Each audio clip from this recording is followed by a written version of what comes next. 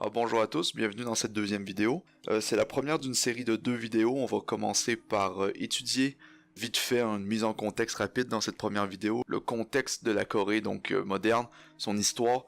Donc on va partir depuis le début de la Deuxième Guerre mondiale pour arriver tranquillement à la guerre de Corée et finalement arriver au point aujourd'hui où comment la Corée est arrivée à comment elle est aujourd'hui. Donc ça nous permettra de faire une mise en contexte pour la prochaine vidéo qui elle parlera plus spécifiquement du problème nord-coréen actuellement avec les États-Unis dont on en entend beaucoup parler depuis plusieurs mois. Alors pour commencer, on va passer très rapidement sur l'histoire de la Corée du début jusqu'au 20e siècle. Donc ça commence au 1er siècle de notre ère où on peut trouver dans la péninsule coréenne 3 royaumes distincts. Il y en a 2 au sud qui cohabitent ensemble dans une certaine harmonie versus un royaume au nord qui est leur ennemi. Jusqu'au 4e siècle, il y aura des conflits entre ces royaumes, principalement entre le nord et le sud, et plusieurs entités tribales vont se créer autour de ces royaumes, ce qui fait une Corée très divisée. Au fur et à mesure que les siècles passent, on se rend compte que le royaume de Silla augmente en puissance.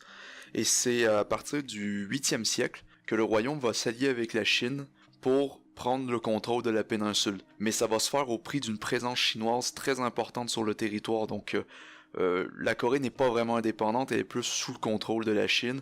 Et ça va poser problème et les Coréens vont vouloir les éjecter. Il va falloir attendre le 10e siècle où là, la Chine est éjectée de la péninsule coréenne et pour la première fois, on voit une Corée unie et indépendante. Cette première période d'indépendance dure jusqu'en 1231 où là, la Corée fait face à une invasion mongole, donc ils vont perdre le contrôle de leur territoire. Il va falloir attendre 1364 pour que les Mongols soient éjectés du territoire coréen. Par la suite, on voit encore une période d'indépendance et de Corée unie jusqu'au 19e siècle, où là, le territoire retombe sous le contrôle de la Chine, et il faudra cette fois-ci attendre la guerre sino-japonaise, où le territoire va encore changer de main pour devenir un dominion japonais jusqu'en 1945. Donc je suis passé très rapidement sur les 20 premiers siècles de l'histoire coréenne, parce que ce qui nous intéresse surtout, c'est la partie suite à la Deuxième Guerre mondiale, donc la partie durant la guerre froide, qui va un peu définir la Corée d'aujourd'hui sur le plan géopolitique. Suite à la Deuxième Guerre mondiale, on commence à voir les tensions de la guerre froide commencer à monter entre les États-Unis et l'URSS. Et c'est ça qui va définir comment la Corée va évoluer suite à la Seconde Guerre mondiale. Donc, on a le Nord, qui lui va être géré par l'URSS, et le Sud, qui lui est géré par les États-Unis. Le but de cette séparation, au début, est d'investir, de contrôler le territoire plutôt, conjointement avec l'URSS. On veut faire les choses ensemble pour rétablir la paix. On sent qu'il y a déjà des tensions qui montent entre les deux superpuissances, des tensions idéologiques. Et donc cette séparation en deux du territoire devait au début être temporaire, mais ça finira par être durable, comme on le voit aujourd'hui. Et donc, dans chacune des parties de la Corée, chaque puissance va mettre en place ses propres pions. Si les deux superpuissances souhaitent avoir une partie de la Corée sous leur contrôle suite à la Seconde Guerre mondiale, c'est parce que chaque puissance savent ce qui s'en vient avec la guerre froide. Et donc, ils veulent pouvoir influencer les nouveaux gouvernements coréens avec leur idéologie politique. L'URSS a vraiment comme objectif d'étendre le communisme partout dans le monde, et donc ils veulent pas laisser la Corée gérée par les Américains, parce que sinon ça va tomber dans un système économique capitaliste, et donc ils perdront le contrôle de cette partie du monde. Donc c'est pour ça qu'ils prennent le Nord, tandis que les Américains prennent le Sud. Mais attention, les deux superpuissances ne vont pas prendre le contrôle de l'administration du territoire. Ils vont très rapidement mettre en place des gouvernements coréens. Donc au Sud, les États-Unis vont mettre en place un homme en qui ils ont confiance, c'est Syngman Rhee. Donc c'est un homme politique coréen qui a fait des études aux États-Unis et qui est favorable à l'idéologie capitaliste, et donc il le supporte dans ses démarches politiques pour qu'il puisse mettre en place un gouvernement qui est en phase avec l'idéologie américaine. L'URSS va faire la même chose dans la partie nord, ils vont mettre en place Kim Il-sung, qui est un homme politique coréen qui lui sera plus favorable aux communistes. Donc c'est comme ça que les deux puissances vont influencer leur secteur de la Corée pour qu'ils soient en phase avec leur idéologie. Et c'est là que la rupture va se faire et que la Corée va se retrouver divisée entre le Sud et le Nord de façon beaucoup plus permanente. Et donc, ce conflit va amener à la guerre de Corée de 50-53. La guerre de Corée va se faire sur plusieurs phases. Ça va être une série d'offensives et de contre-offensives des différents partis qui vont faire un grand mouvement sur le territoire coréen.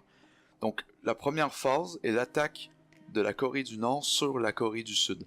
Donc, la Corée du Nord souhaite réunifier la Corée du Sud, la Corée tout entière en fait, sous un régime communiste et reçoit l'autorisation, si on veut, de l'URSS, parce que l'URSS, elle aussi, souhaite voir la Corée réunie sous le communisme.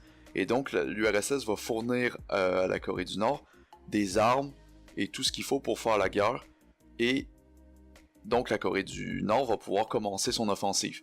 Donc l'offensive est très rapide, la Corée du Nord surpasse largement les effectifs et l'armement de la Corée du Sud, et donc ils réussissent à prendre un très large territoire très rapidement. Il ne reste plus qu'à la Corée du Sud un simple petit territoire au sud-est de leur pays. Il reste pas grand-chose. Et donc il va falloir une intervention internationale, une intervention de l'ONU pour que la situation débloque en leur faveur. Donc il va y avoir un vote au siège de l'ONU. Et ça, c'est intéressant parce que normalement l'URSS aurait pu utiliser son droit de veto et empêcher l'ONU d'intervenir en Corée du Sud. Mais ils vont pas le faire. Ils vont s'abstenir. Et donc l'ONU va pouvoir se lancer dans la guerre avec les États-Unis, les Britanniques, les Canadiens et ainsi de suite. Et donc ils vont pouvoir mettre en place une contre-offensive qui va repousser la Corée du Nord jusqu'à sa frontière nord. Donc ça va être le même effet que durant la première phase. Donc une offensive rapide et radicale qui va repousser la frontière vers le nord jusqu'à ce qu'il reste plus grand chose du territoire nord-coréen. Ensuite s'engage la troisième phase où les Américains, ce qu'ils ont fait, c'est qu'en repoussant le nord vraiment trop loin, ils ont été un petit peu tapés sur la frontière chinoise. Et donc les Chinois se sentent menacés et vont décider de contre-attaquer et se lancer dans la guerre. Et donc avec le soutien chinois, la Corée du Nord réussit à repousser de nouveau la frontière. Et là, la guerre va se stabiliser au 38e parallèle.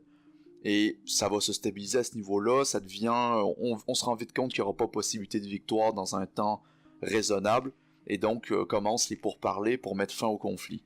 Et ça nous amène à la situation d'aujourd'hui. Ce qui est intéressant de comprendre aussi, c'est que la guerre en Corée n'est pas terminée. Techniquement, ils sont toujours en guerre. C'est juste qu'actuellement, il y a une trêve. Une trêve qui empêche les deux parties de s'attaquer. Mais à tout moment, le conflit peut de nouveau se lancer.